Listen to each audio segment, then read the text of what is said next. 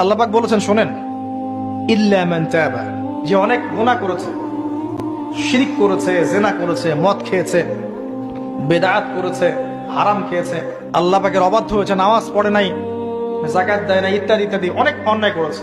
একদিন তওবা করে ফিরে এসেছে। আল্লাহ পাক বলছেন ইল্লা মান তাবা, যে ব্যক্তি তওবা করে ফিরে আসলো, ওয়া আমানা, এবং ঈমান নিয়ে আসলো, ওয়া আমিলা আমালান সালিহান, এবং এখন থেকে সৎ আমল করা শুরু করলো, হোক সে নারী বা পুরুষ, যে কেউ, যে কোনো বয়সের, যে কোনো বর্ণের, যে কোনো ভাষার, যে কোনো দেশের, এগুলো কিচ্ছু যায় আসে না আল্লাহ পাকের। ইন্নাল্লাহা লা ইয়ানজুরু ইলা আজসামিকুম ওয়ালা ইলা সুওয়ারিকুম ওয়ালাকিন ইয়ানজুরু ইলা কুলুবিকুম ওয়া আমালিকুম।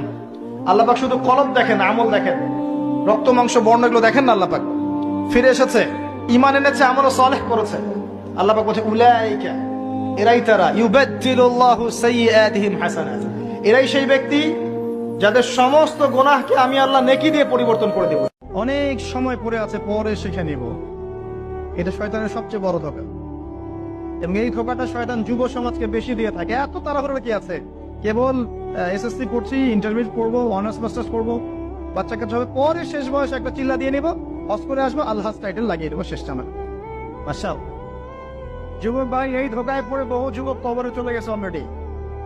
তারা আল্লাহর কাছে প্রতি মুহূর্তে একটাই কথা বলে, হে আল্লাহ, আমরা আজকে দেখতে পারছি, পরকাল আমরা দেখেছি, পরকাল শুনেছি, বুঝেছি, আল্লাহ তুমি আমাদেরকে একটা বার খালি দুনিয়ায় ফেরত দাও, না বল সালিহান, আমরা সৎ কাজ করে আবার ফিরে আসবো।